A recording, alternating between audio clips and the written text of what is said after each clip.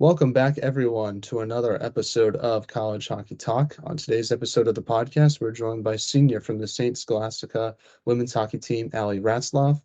Thank you so much for coming on the podcast today, Allie, and how's everything going? It's good. Thank you so much for having me.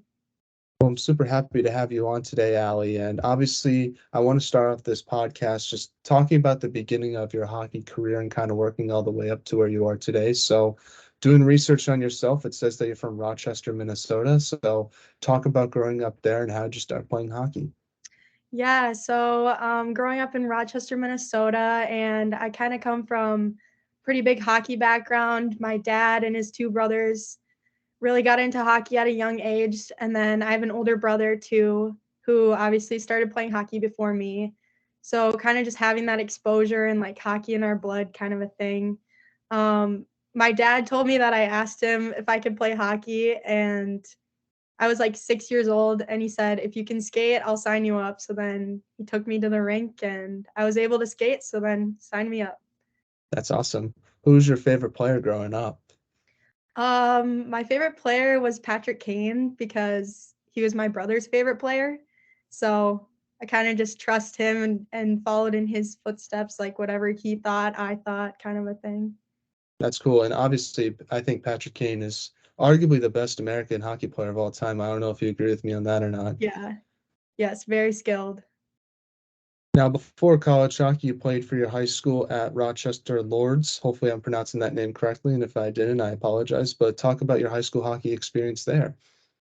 My high school experience was a little different than most people, and I kind of realized that after coming to college, and all of my teammates had talked about going to high school hockey when they were in seventh grade, eighth grade.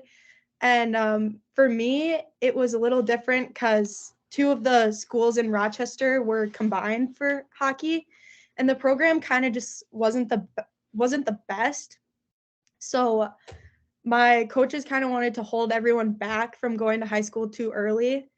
So I ended up playing 15U up until my junior year. So I actually only played 2 years of high school hockey, which was really weird, like looking back at it now.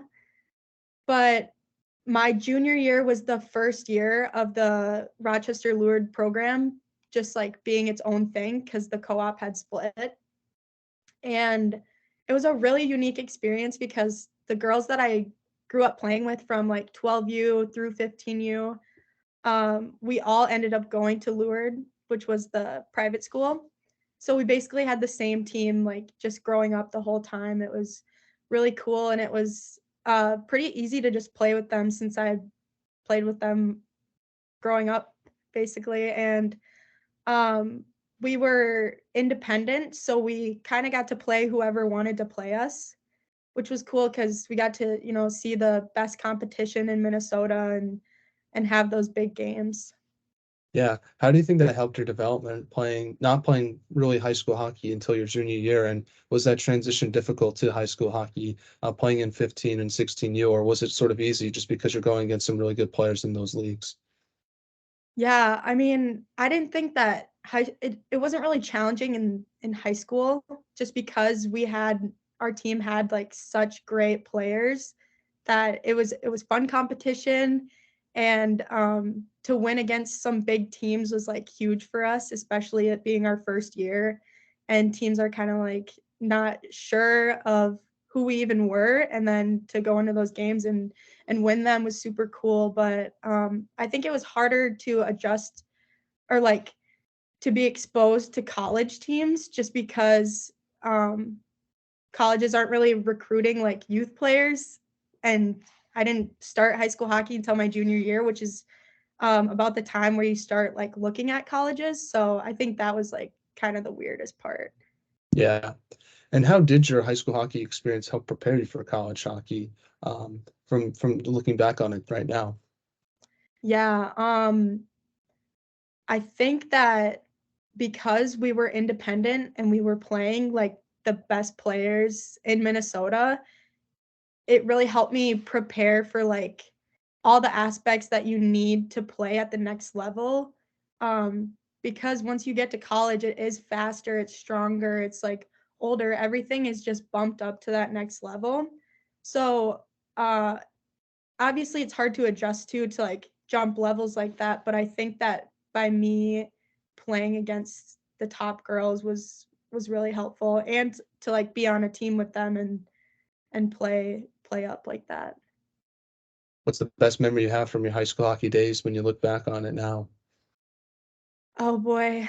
Well, my junior year, so our first year as a team, we made it to the section championship, the game to enter into state, and we ended up losing um, a close game. So that was kind of heartbreaking. But then going into my senior year, having the same team and like knowing what that felt like, and then being back at the same spot and then actually winning the game to go to state, that was definitely one of the best memories. And then our first game at state and just playing at the XL Energy Center and having that environment was just so cool.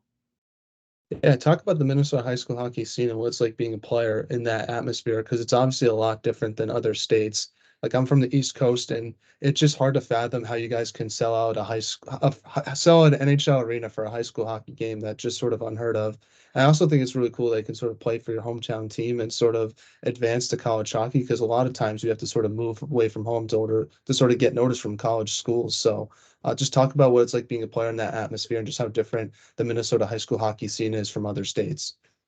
Right. I think that a lot of other states they have to play like AAA hockey and um, or at least for boys, like they go to juniors pretty early instead of staying with their high school team. But for Minnesota, it's so different just because of the way that we've like made it be the state of hockey in the way it is, and having such great development here, especially at the high school level. I think over the years it's really increased to be like players are so much better than they used to be in high school, and like all the different training that you go through all year round just to like be able to play high school hockey is crazy. And I know that it's different, like obviously the boys high school hockey is kind of more of a big deal, but even for like girls high school hockey and to go to the state tournament, it's still such a big deal. It's so cool. Just because of the skill and all of the different high schools that we have in the area. It's just really awesome. Do you ever talk to any of your teammates who aren't from Minnesota, just how different it is? Because a conversation that I have with a lot of Minnesota players is Massachusetts, I think, is the second biggest hockey state outside of Minnesota. I just find it funny how our high school hockey isn't as big as Minnesota, even though we're just as good as a hockey state as Minnesota is, with players that are really passionate about the sport. Yeah, a lot of the girls on my team are from Minnesota currently, but we do a girl in my grade, she was my roommate freshman year. She's from Wisconsin. And yeah, it's just so weird because she played AAA and she won state too, but I feel like we all just kind of brush it off like your state and our state, like winning state is kind of different Yeah, in a way, I guess. And so it's really fun to pick on her and be like, you're from Wisconsin, you guys don't know what hockey's about, kind of a thing. yeah, yeah. Now, something else I found interesting about yourself is you also played lacrosse in high school. Talk about playing that sport and how it can help you in hockey, because something that I notice from a lot of athletes today is they don't play multiple sports. And I feel like a lot of coaches want players to play multiple sports because it makes you just a better athlete in general. Right, for sure. I think that playing multiple sports for sure makes you a better athlete. Yeah, I actually picked up lacrosse my sophomore year of high school. Never had played before, but it just seemed like something fun to do. Like I grew up playing softball and then kind of quit that, and I just missed a sport being outside and like being in the nice weather and just getting that fresh air. But lacrosse was super fun, and I think that playing hockey helped me adjust to it faster, and just like making yourself overall like an all-around athlete I think is a good idea. And especially like the two sports are pretty similar but different in a lot of ways. And Yeah. so having that break from hockey and like focusing your time and energy on something else and like playing with different teammates and kind of getting away from one season to the next, I think was really helpful and like refreshing for me. I feel like it's harder to score in lacrosse just because the nets are much smaller, but also like the stick handling's weird. Like you have to actually juke around players and you don't want to Yeah. lose the ball on the net. So is it harder to score in lacrosse than it is in hockey? Um, for me, no, Oh, but wow. that's because, like, I don't know, I guess in hockey, I don't really shoot as much, and I'm, like, more of a defensive defenseman, so but then in Yeah. lacrosse, I was a midfield player, so I did both offense and defense, so I was, like, much closer to the net, and yeah. I don't know much about lacrosse. So this is definitely going to show with this question. Is there a goalie in lacrosse or is it just an open net?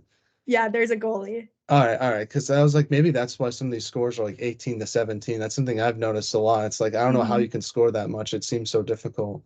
Yeah. We'll talk a lot about your recruitment process to Saint Scholastica and what made you want to go there versus other schools you might have looked at. Yeah, that's a good question. So like I said, it was kind of hard for me personally with like college recruitment, and I waited kind of a long time, like up until my senior year.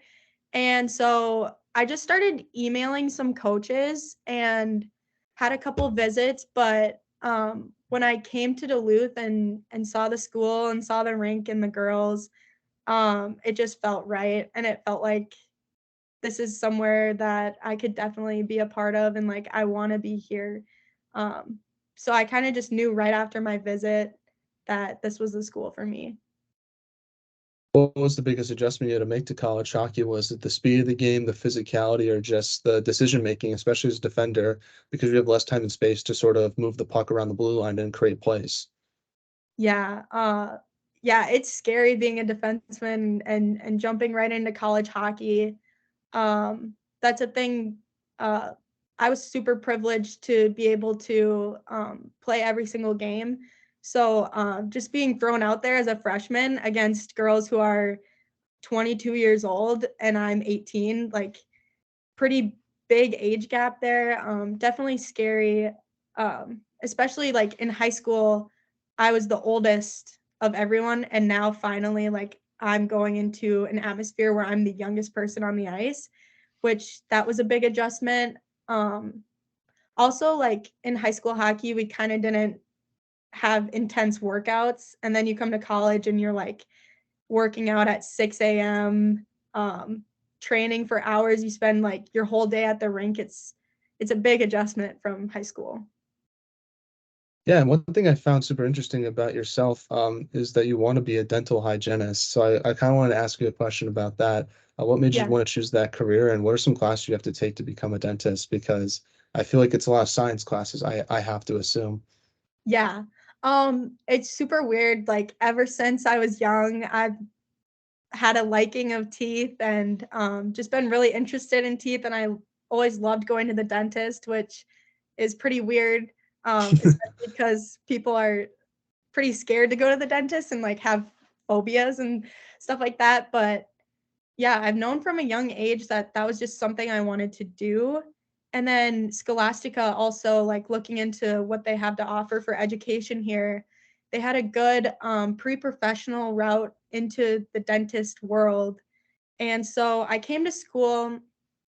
I've always wanted to be a dental hygienist, so, like, just doing the teeth cleaning and not actually being the dentist, but then, I just thought I would figure it out along the way since this would, like, prepare me to go to dental school to be a dentist, but now that I'm, like, at the end, I realize that I do wanna be a hygienist, so I have applied to a couple different dental hygiene programs, and I decided I'm going to the one in Rochester, so I'll be going back Nice. home next year, yeah.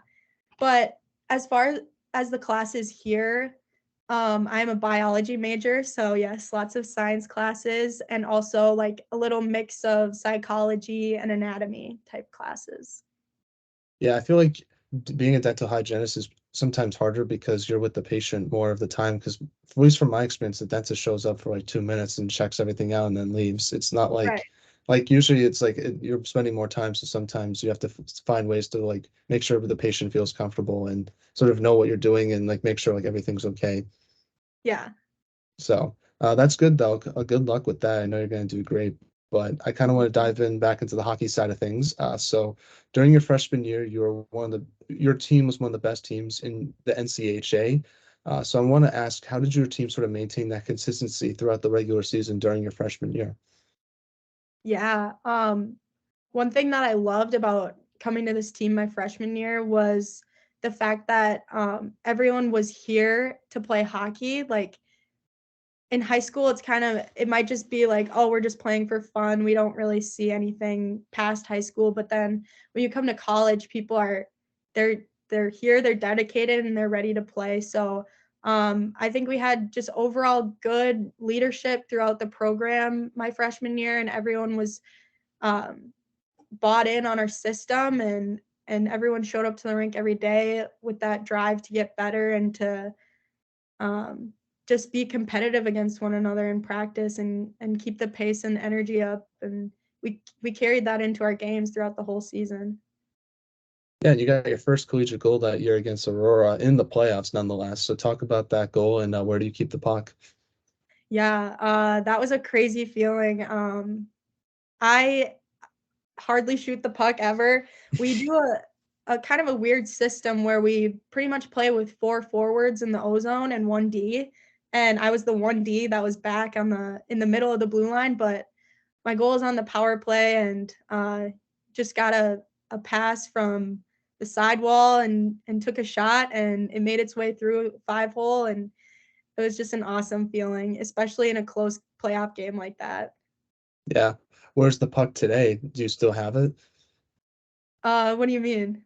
Oh, Like, the did puck you that I give you have? the puck? Yeah, Yeah, yeah, it's been in my stall ever since, so I that's haven't cleaned my cool. stall out yet, but definitely gonna keep that puck in that memory forever. Yeah, you don't want to lose that for sure. So Yeah. now that season, your team lost to Adrian in the championship game. Even though you lost that game, what'd you take away from your first playoff experience that helped you for the rest of your college hockey career? Yeah, playoffs was super cool, and, being in the NCHA, we got to travel really far distances, which I thought was such a cool experience, so different from high school, which the games were just an hour away.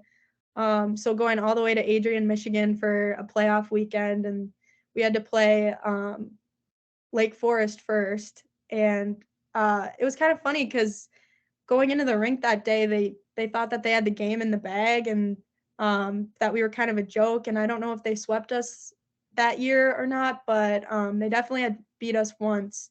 So, that was a tough game to prepare for, and then, we ended up winning and moving on to the championship against Adrian, which, they were kind of our rivals, and it was just such a crazy day full of emotions and knowing that it was our last game, of our conference and in the playoffs and, yeah, just those are the kind of games that you love to be a part of because there's so much emotion involved and, the nerves, the anxiety, and just knowing that you're playing one of the best teams that there is, so you know it's good competition and that you really have to bring it. Yeah, I love playing in championship games as well. The only thing is when you lose those championship games, it hurts. I feel like you have more emotion after losing a game like that than winning sometimes. And every championship game I've lost, I think more about that one than the ones that I've won for some reason, just because it hurts a little more. Yeah. Now, talk about what it's like playing in the NCAA and just the competition you face every weekend. Yeah, like I said, with the traveling, it was crazy, and now we're in the MIAC, so, we just travel around Minnesota, which is so different, but, the NCHA was such a fun experience, like, at times, I'm so sad that we're not still a part of it because, just being able to be with your team so much, I think, really helped our on-ice play just 'cause we had to be together, we had to bond, during those, 6-hour to 12-hour bus rides and, staying in hotels and, just, like, having the whole, like, Thursday until Sunday was just dedicated for the weekend and our series. Just super cool, good competition, and lots of travel. Was there any difference outside the travel between the two conferences, or are they relatively the same? I would say that the MIAC has probably better competition overall. The NCHA does have like Adrian obviously is such a good team, and they have some other good teams too, but overall the MIAC is just like stacked with good players and good competition. Yeah, I think Goose Davis, who just won the D3 national championship, they're in the MIAC, if I'm not mistaken, correct? Right, they are, yep. Yeah, that's cool. And I just heard that they're the first Midwest team to ever win a D3 national championship. So that's good for the conference moving forward. Yeah, it's super cool, and my best friend from high school is actually on that team, and we're Oh, the same nice. age and grade, so we grew up together. I'm so happy for her to have won that game, and it's just like so cool. Well, let's talk about your sophomore year because you had to deal with some challenges that year due to the pandemic. How did you sort of handle those challenges of having games being postponed or canceled, and then having to play Marion? It looks like 6 times that year it felt like. So, how did you sort of handle those challenges of just sort of an inconsistent schedule with fans not being there? It was just such a odd year for hockey. Yeah, having fans not be there was crazy. We were allowed like 2 fans per game, which was really sad because then, you have to pick, like, which 2 people do you wanna go, and most of the time it was like, obviously, I want my parents there.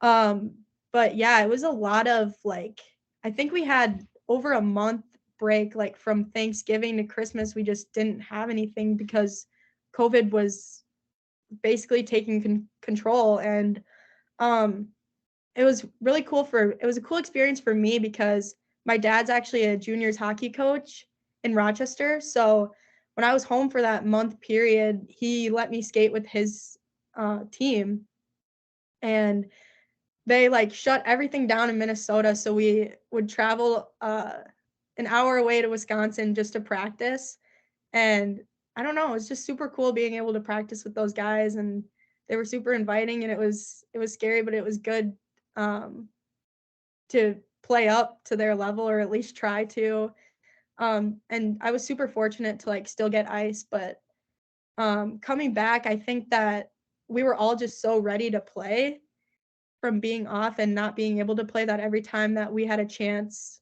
to actually have a game or have a series weekend, like, we were excited and dialed in.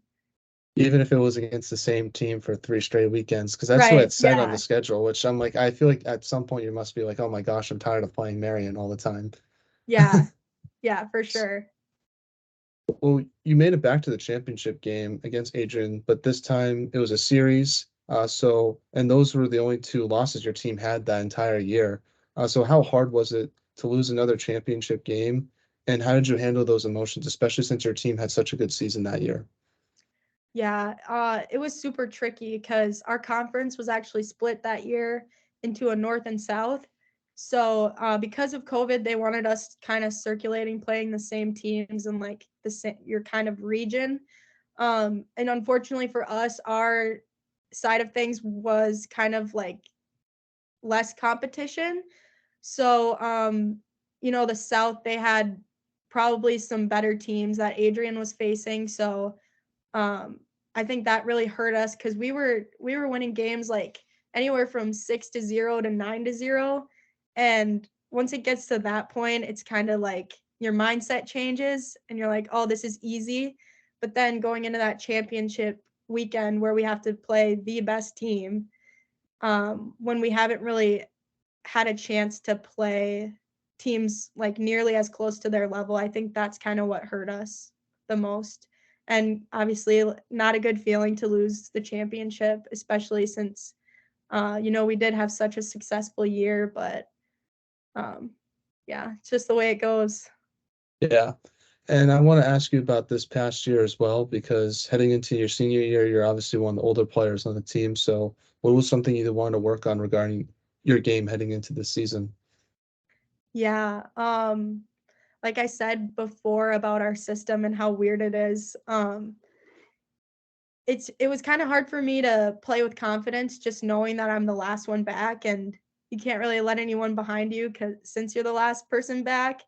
So I think that's where I started lacking in confidence because I couldn't be very offensive minded. So something that I tried to work on over the years was, like, becoming more confident and realizing that, like, I don't need to play scared kind of a thing and that I know what I'm doing. I've been playing hockey for so many years, like, just go out and have fun and play confident. Yeah, and I think confidence is such an interesting part of hockey because it's so easy to lose confidence, but so hard to gain confidence. And it's sort of a battle you have to have every day. But I feel like how do you sort of work on trying to build your confidence up throughout a season, especially with all the highs and lows that take place? Yeah. It's definitely mostly mental for sure. So, just knowing that you can't get in your head, you're gonna go out and you're gonna make mistakes, but you have to brush it off because like it's a team sport. Everybody makes mistakes, but just gotta have that quick reset.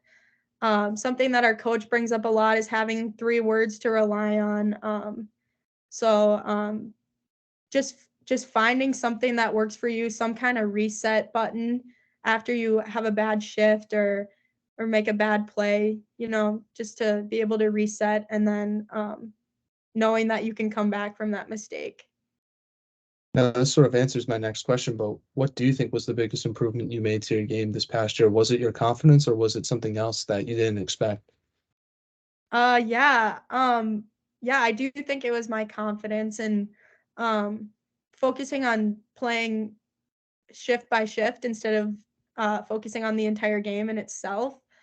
Just trying to go out, and I think that, like, over the years, I've become so much stronger, so much faster, and just, like, a better player overall. So, using my strengths was definitely, something that I improved on. Now, you obviously were one of the captains of the team last year, so what type of leadership did you want to bring? Were you more of a vocal leader or lead by example type of player? Yeah, I'm definitely a lead by example type of person, I think. Um, I don't have a problem with using my voice, but I think at times, like, you don't want your team to think that it's like me controlling you.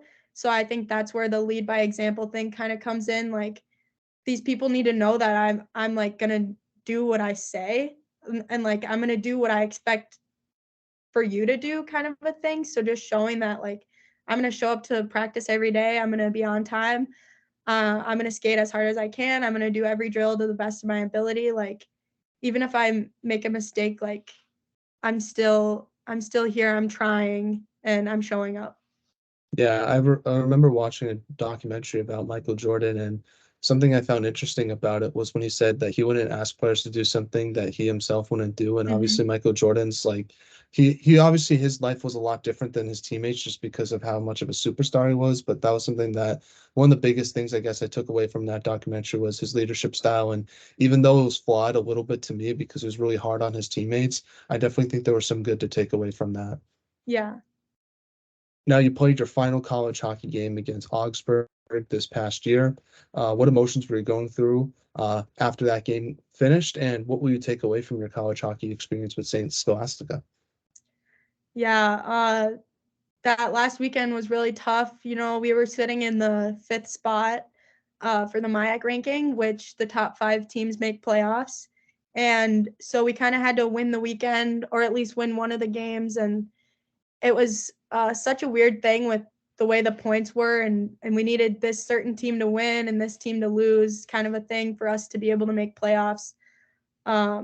So going into that last game, we knew that we still had a chance of making playoffs. So there was that chance that it wouldn't be my last game ever, but no matter what, like just playing and knowing that you got to give it your all, like this could be your last 60 minutes of hockey ever. So lots of emotions. It's just crazy to think about, like, something that's been such a big part of your life. Really, it has been your whole life for like since you were little, and then it just coming to an end. It was super sad, and uh, I was just so grateful to have had the experience that I did have at Scholastica, though, and the girls that I've met and the friendships that will last forever. It's been a really good experience. Yeah, it's probably even tougher to not know that as your final game, it seems like, and then Mhm. have it sort of end like in the locker room. I feel like you would prefer for it to end on the ice at least. Yeah. So, well, I'm glad you took away a lot of good things from your college hockey experience that you would imply for your adult life, because I think that's sort of the most important part about college hockey is not just the on-ice results, but just the relationships that you make and sort of what you take away from the whole experience outside the rink. Right. Yeah. So we're now in a segment I like to call the non-hockey segment, where I ask you some non-hockey questions just to get to know you a little bit more off the ice. So first one is, what music do you like to listen to? I actually listen to like literally every kind of music, but I would say when I'm like in the car or listening to music on my own, I either have Taylor Swift or Morgan Wallen playing. That's good. I like those two artists. What's your favorite song from the new Morgan Wallen album? Oh man. I really like 98 Braves. I really like them all. I like thinking Yeah, about you or think yeah, thinking about me, I think maybe. it's me. I'm not sure. Yeah, yeah, thinking about me. Um, yeah, so they're all good. Yeah, I like 98 Braves as well. I also like Tennessee Fan, just because I'm a big sports guy. So I always like when artists combine sports and music. It's like my Yeah, two favorite things. That's sort of why Morgan Wallen's probably one of my favorite artists. And Taylor Swift's good too. Are you planning to go see one of her live shows coming up? I know that was sort of a big deal with a lot of people because they couldn't get tickets. yeah. Oh my gosh, I wish I was going. Unfortunately, I'm not. I like see TikTok videos of her tour and Yeah, just so jealous. Like it's incredible. I watched the two films that she has on Netflix right now, and one of them is basically like a concert, and she's just so good live. It's amazing. yeah, yeah. I know my sister wants to see her live at some point. So I don't know. I feel like I'm not the biggest Taylor Swift fan, but I have a lot of respect for her. But if I ever got the Mhm. chance to see her live, I'll totally do that. So uh, getting back to some more non-hockey questions now. First one is, if there was a movie made about your life, who would you want to play yourself and why? Oh man. Um, probably I don't even know like people my age who It are doesn't even have to be people that look like you. It could just be literally anyone. It could be just someone you anyone. know as well. Yeah, it could be someone you know as well. Yeah. Um, well, my favorite actress is Jennifer Aniston, so maybe Yeah. her, but she's a bit older than me, so it might be weird, but I feel like she can make it work though. That's all that matters. yeah. I feel like for me, probably Matt Damon, because I feel Mm, like we sort of look alike. We're also from Boston too, so I feel like that would make sense, even though he's a bit older than me as well. yeah. What is your most embarrassing hockey moment? Oh man, it's bad. It was my freshman year and we were on the power play and there was a turnover. Yeah, it was against Augsburg because my brother goes to Augsburg and the girl who scored made a comment to him about it afterward. But so they're shorthanded and there's a turnover and they have the puck and I'm skating backwards and I don't know if I like lose an edge or I hit a divot in the ice, but I just go down at this like center ice and goes down on a breakaway and scores and it was like the most humiliating moment probably ever, but now Yeah, I can look back and laugh. that's good. That's what you need to do, and hopefully that comment that you made to your brother didn't hurt too much. No, I So, think it was just in good fun, but all right, yeah. I feel like your brother would have protected you on that one if it yeah, wasn't. yeah. Now, let's talk about some of your teammates. First one is, who's the funniest on the team? Funniest on the team, I would have to say Lily Holtz. She is funny. She's my grade too. Now, I think you have the best style on the team, but besides yourself, who would you say has the best style? Um, First of all, thank you. But I think Kayla Castle. Who's the most interesting player on the team? Like someone that you would like want to know more about? Most interesting. Probably Mackenzie Cole, our freshman Yeah, goalie.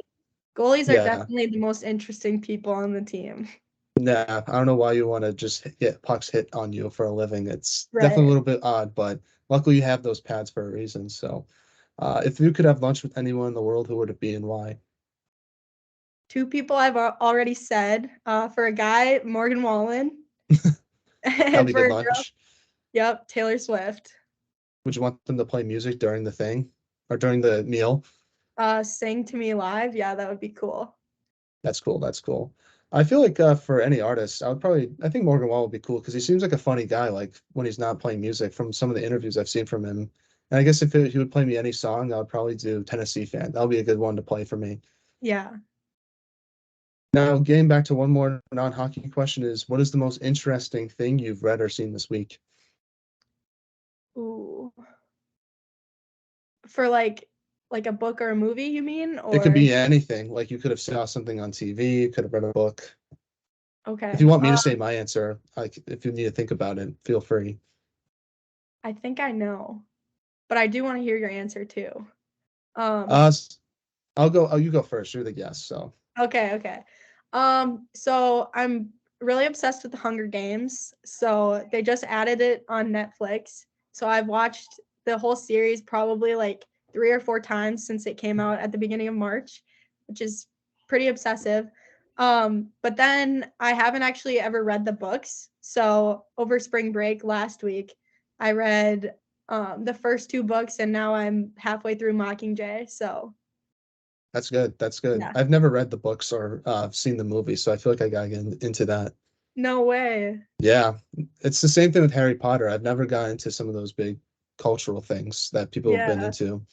So I think for me, probably the most interesting thing I saw was this like YouTube series about getting rejected. And it's not what you might think it is. It was someone that just like went up to random people and tried to do different things with them. And he would see if he got rejected or not. So like one of the things he would did is he went to a baseball game and he tried to get on the PA announcer system and announce the lineup and they rejected him. And well, one thing he did that he didn't get rejected for was he got to take a tour of a milk farm. I just thought it was a super interesting video because I think it just shows if you're just ask people and just be nice to people and sort of have that courage and confidence to go up someone. You never know what could happen and could good things could happen. So I think that's something that a lot of people today are just afraid to do. So I thought the video was sort of interesting and sort of gave me a different perspective on things. Yeah, that sounds super cool. I love that. Well, getting back to some hockey questions now. First one is, what advice would you give younger players that are listening to this episode about what it takes to make it to the college hockey level where you were just a few months ago? Yeah. I think it can be hard when you're so focused on trying to get to the next level. Definitely a lot of emotion, and for me to like be surrounded with such good players and seeing them kind of um, have opportunities where coaches are talking to them and maybe they're not talking to me. It like it can really mess with your head and your emotions. But I would say just like focus on you and don't compare yourself to other girls. Like focus on your game. And the most important thing, like the reason why we play is because we love the game. So never lose like your love for the game while trying to get to that next level. And what should be done to grow women's hockey from your perspective? What should be done? Yeah, like is there anything that should be done to help promote the sport and get more people to watch it and invest into it? Oh man. I don't know. I mean, obviously, I feel like there's definitely a barrier between men's and women's sports, and I think it's important that like we have that support from the men's players too, as well. Like, um, our men's and women's team are super close, and we always go to each other's games. So I think just, yeah, I don't know how to really end the stigma of like the difference, but just like Hmm. supporting your friends and going to their games as well. Yeah. Well, do you have any shout outs you want to give to any of your teammates, former teammates, family members, friends? Feel free to do that. The floor is all yours. Or if you wanted to say anything, feel free to do that as well. Okay, give a shout out to Kayla Castle. I was just with her before this. She's one of my best friends on the team. My roommates, Jesse Catola, Emily Sable, Abby Polkamp, also on the team. Great players, great people. Shout out to my coach, Montana, we call her. And shout out to my brother, Brandon Ratzloff. Nice. Well, thank you so much, Allie, for coming on the podcast. I really appreciate your time and I appreciate the conversation that we just had. And I enjoyed getting the chance to meet and talk with you today. And I wish you nothing but the best for any future endeavors you might have. I know you're going to be successful whenever you decide to do. And best of luck in dental hygienist school. I'm excited to see just how much fun that career is for yourself. So thank you so much for doing this, though. It really means a lot to me. Thank you so much.